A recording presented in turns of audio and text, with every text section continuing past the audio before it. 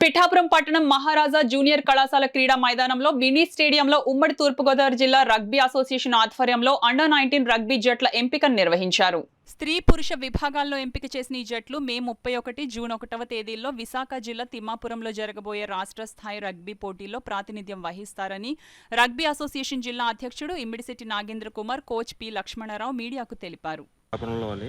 రాష్ట్ర స్థాయి పోటీలకై అండర్-18 girls and boys ఇద్దరు కూడా ఇక్కడ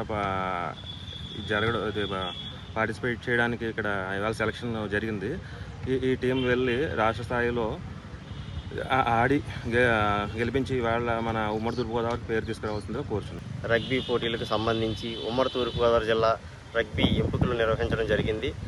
ఇందులో మరి 18 సంవత్సరాల విభాగం జరుగుతుంది. ఈ విభాగానికి సుమారుగా ఉమ్మడి తూర్పుగోదావరి జిల్లా నుంచి నలుమూల నుంచి సుమారుగా 40 మంది రగ్బీ క్రీడాకారులు పాల్గొన్నారు.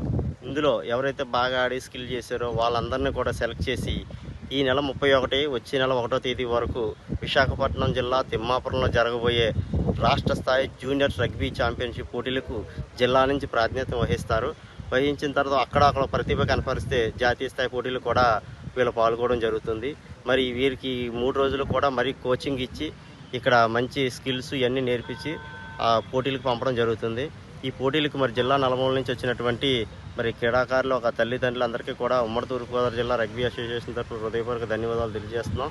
అలాగే ఈ క్రీడాకారులు కూడా మంచి ప్రతిభ కనపరిచి వారి యొక్క ప్రతిభని ఆ రాష్ట్ర స్థాయి పోటీల్లో ప్రూవ్ చేసుకుని జాతీయ స్థాయి పోటీలకు మన జిల్లా గొప్పతనాన్ని ఎగరేస్తారని చెప్పేసి కోరుకుంటున్నాం.